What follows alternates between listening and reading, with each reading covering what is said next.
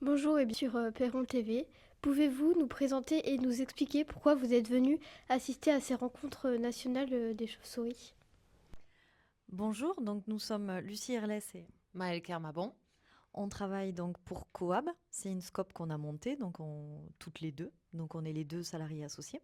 Et on est venu aux rencontres parce qu'en fait, on est créateur et fournisseur de gîtes pour les chauves-souris. C'est des gîtes un petit peu spéciaux, c'est-à-dire ils s'intègrent dans les bâtiments quand il y a des constructions, des rénovations thermiques. On est venu pour présenter nos solutions.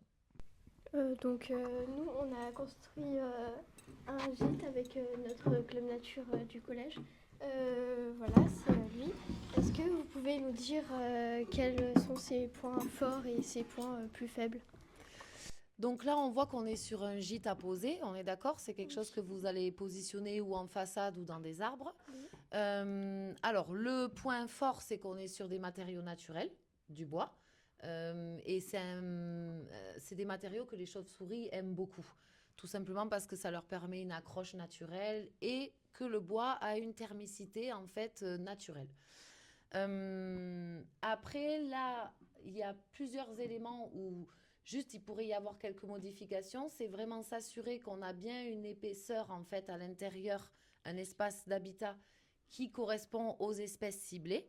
Donc sur les pipistrelles par exemple, on va être plus sur du 20 mm et pour les noctules du 40. Donc là, ça va dépendre en fait de quelle espèce vous souhaitez accueillir dans vos gîtes.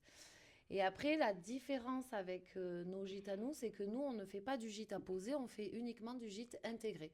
C'est-à-dire qu'ils vont être intégrés dans le bâti. Et l'idée, c'est de pouvoir fournir aux chauves-souris, en fait, des variations thermiques qui sont moindres que si le gîte était exposé directement en plein soleil. Oui, donc là, ce qu'elle veut dire plus concrètement, c'est qu'il faut faire attention où on le pose en façade Oui. pour pas que les chauves-souris, elles aient trop chaud. Et je dirais, oui, pour compléter, effectivement, que je pense que les chauves-souris fissuricoles, comme les pipistrelles ou les noctules, l'espace est peut-être trop grand parce que ce qu'elles aiment justement, c'est les fissures. Et donc peut-être ça serait de venir, vous savez, mettre une partition au milieu, et ça leur ferait deux espaces. Et du coup, ça correspondrait mieux à leurs besoins, l'espace intérieur. Même s'il paraît petit, il est quand même, la cavité est très grande. Voilà, pour les petites améliorations. Et en faisant justement ces deux espaces de vie à l'intérieur, ça leur permettrait de choisir si elles ont envie d'être plutôt en façade et donc d'avoir un peu plus chaud, ou d'être plutôt à l'arrière du gîte où elles iront chercher un peu plus de fraîcheur. Mais sinon, c'est un très beau prototype. Merci. Euh, Qu'attendez-vous de ces rencontres nationales? Alors, déjà, nous, on adore parce qu'on connaît plein de gens, donc ça nous permet de revoir des vieilles connaissances, de partager, parce qu'il y a énormément de choses, vu que les rencontres, elles sont tous les 2 ans, il y a énormément de choses qui se font en 2 ans sur tous les territoires en France, donc ça permet de remettre à jour un petit peu toutes nos connaissances. Et après, ça nous permet aussi de se créer un nouveau réseau, de trouver des nouvelles personnes avec qui travailler, voilà, ou qui s'intéressent au sujet, parce que nous, on est très, très sur le bâtiment et les habitats à restaurer pour les chauves-souris. Donc ça nous permet voilà, de créer un réseau et de partager là-dessus, sur nos expériences, sur nos solutions. Et ça permet également d'avoir des retours d'expérience justement sur des aménagements faits en faveur des chauves-souris. Parce que c'est bien de proposer des produits et des éléments, mais c'est bien justement d'avoir ce retour et ce suivi sur ces éléments-là pour voir si ça fonctionne et pour voir les améliorations qu'on peut y apporter. Vous êtes cofondatrice de Coop. Pouvez-vous nous parler donc de cette association? Alors, justement, à la base, on était effectivement une association. On a transformé notre association en société coopérative depuis 2025. Alors, Coab, en fait, l'idée, c'était de pouvoir fournir des solutions aux aménageurs dans le milieu plutôt du bâti pour intégrer la faune sauvage dans les projets. Donc, ça va être ou des rénovations thermiques sur des grands bâtiments ou alors carrément sur des projets nouveaux d'aménagement où ils vont intégrer des espaces adéquats pour la faune sauvage. Et comme on disait tout à l'heure, on travaille nous exclusivement en fait sur des espèces qui aiment les cavités et on travaille à la fois sur les chauves-souris mais on travaille aussi sur les oiseaux. Oui, et pour compléter, c'est vrai aussi, on a un autre domaine d'activité, on fait aussi des passages à faune. Et on est spécialisé dans la construction de ponts pour les écureuils au-dessus des routes. Voilà, donc quand il y a des endroits où il y a beaucoup d'écrasement, en fait, on nous appelle et on pose d'arbre à arbre un pont au-dessus des routes. Et c'est notre autre activité, en plus des nichoirs et des gîtes qui s'intègrent dans les bâtiments. À quel atelier avez-vous assisté et qu'avez-vous appris?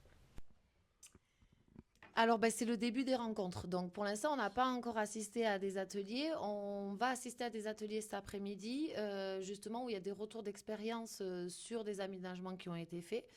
Et pareil, demain, on a prévu d'assister à plusieurs ateliers qui sont en fait dans notre domaine d'activité et qui vont pouvoir nous permettre à nous d'améliorer les aménagements qu'on propose. Donc concrètement, je crois que c'est l'atelier, je ne sais plus le nom exact, mais c'est sur les trappes anti-retour. On est intéressé aussi par le SOS Kiro. Et aussi... Par les suivis de passage à écureuil au-dessus d'axes pardon, par les chiroptéroducs. Donc, c'est des passages créés pour les chauves-souris pour éviter justement aussi les collisions routières. Donc, on va essayer d'assister à tous ces ateliers-là. En gros, cet après-midi, on n'est pas sur notre stand. On est dans l'auditorium. Et demain, une grosse partie de la journée aussi. À quand remonte votre premier souvenir de chauve-souris? Oh là là, ça c'est une bonne question. Alors, je sais pas à quand remonte mon premier souvenir de chauve-souris, mais en tout cas, les moments dont je me rappelle le plus et les plus forts, c'est qu'il y a une dizaine d'années, avec Maëlle, on était soigneuse donc dans un centre de soins pour la faune sauvage, et on accueillait souvent des chauves-souris en soins. Et le moment que j'ai en tête, c'est on avait accueilli une noctule, c'était une femelle, et en fait, je sais plus, Maëlle, tu te rappelles toi qu'est-ce qu'elle avait eu comme pathologie? Il me semble qu'elle avait des plaies dans le pentagium. Dans le patagium, ouais. Elle avait peut-être des plaies, oui, dues à un chat ou quelque chose comme ça. On avait dû la garder tout l'hiver. Et en fait, elle a fait une mise bas chez nous. Et donc, on a eu 2 bébés. Elle a eu des jumeaux et c'était juste... si on me dit chauve-souris, je pense tout de suite à cette noctule et à ces 2 bébés. Et surtout, la surprise qu'on a eue un matin en découvrant qu'en fait, elle avait eu ses petits chez nous. On voyait bien qu'elle prenait beaucoup de poids. D'ailleurs, on l'avait mis un peu au régime, mais jamais on n'aurait pensé en fait qu'elle était gestante et qu'elle allait mettre bas chez nous. C'était merveilleux. Et surtout, il y a une très belle fin, c'est qu'on a pu relâcher cette maman et ses 2 petits. Tout le monde était vivant et on a pu les relâcher dans le milieu naturel par la suite. Et en fait, ce qu'il faut savoir, c'est que nous, à la base, on a été des soigneuses pour la faune sauvage. Et on a eu aussi un moment très fort avec une chauve-souris. On était en stage dans un centre de soins en Normandie et on a rencontré pour la première fois une sérotine bicolore.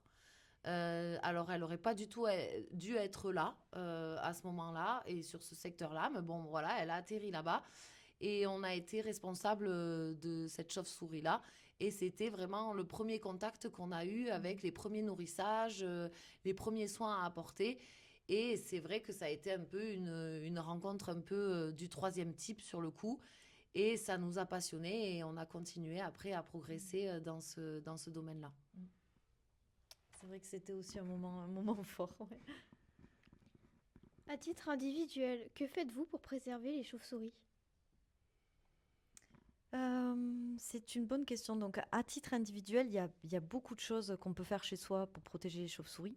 Nous, on fait très attention à avoir un jardin qui est biodiversifié. On n'utilise pas de produits, de choses comme ça. Après, on leur laisse aussi. Enfin, nous, moi, je suis en plein travaux et on a intégré bien sûr des gîtes, donc dans nos murs pour leur redonner de l'habitat. Mais oui, je dirais que c'est essentiellement ça. C'est plus au quotidien, en fait, de pas nuire à tout l'écosystème. Et ça profite forcément aux chauves-souris, mais pas que. Moi, personnellement, c'est plutôt là-dessus. Et moi, je fais de l'élevage de moustiques. Non, plus sérieusement, c'est pareil. C'est utiliser le moins possible de pesticides et pas du tout. Et puis, moi, à côté, j'ai un verger où, justement, tout est naturel et où j'ai pour idée qu'elle puisse venir chasser au-dessus de ce verger et trouver de quoi s'alimenter. Quelle question auriez-vous aimé qu'on vous pose lors de cet entretien? Hum, Vous auriez pu nous poser la question, est-ce que vous avez une chauve-souris préférée? Bah, alors, quelle est votre chauve-souris préférée, si vous en avez une? Oui, j'ai quand même une petite chouchoute, j'avoue. Moi, c'est un peu la noctule de Leisler. Et moi, j'adore la noctule de Lessler, mais j'aime aussi beaucoup la pipistrelle pygmée. On en a beaucoup chez nous. On a travaillé pas mal sur des problèmes de cohabitation avec cette espèce-là parce que elle peut s'installer en nombre en fait dans un habitat et du coup, il peut y avoir un peu des conflits avec les habitants et travailler en fait pour faire en sorte que ça soit plus des chauves-souris qu'on n'aime pas, mais que ça soit ces chauves-souris qu'on a envie de protéger, c'est aussi très intéressant.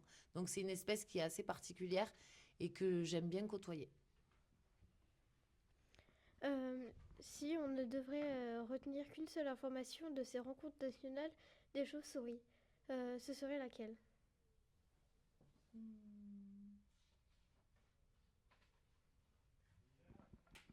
Je dirais que ça serait le fait de voir qu'en fait, il y a de plus en plus de spécialistes autour de cette catégorie d'espèces-là.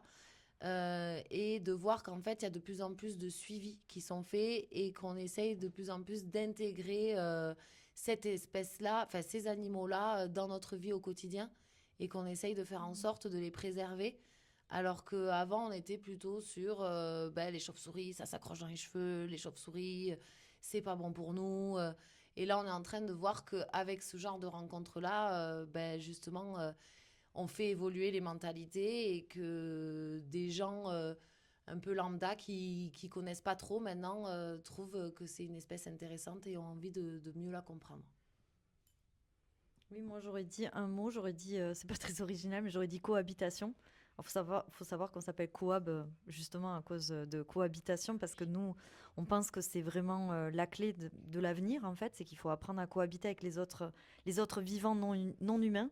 Et j'ai envie de dire ouais, que ces rencontres, elles sont beaucoup sur la cohabitation, parce que quand on regarde les problématiques ou les sujets les thématiques qui sont abordées, ben, c'est beaucoup en lien en fait avec nos activités ou notre mode de vie. Et c'est beaucoup de solutions en fait pour cohabiter, pour mieux cohabiter. Merci beaucoup d'avoir répondu à nos questions et au revoir. Merci beaucoup, au revoir. Merci.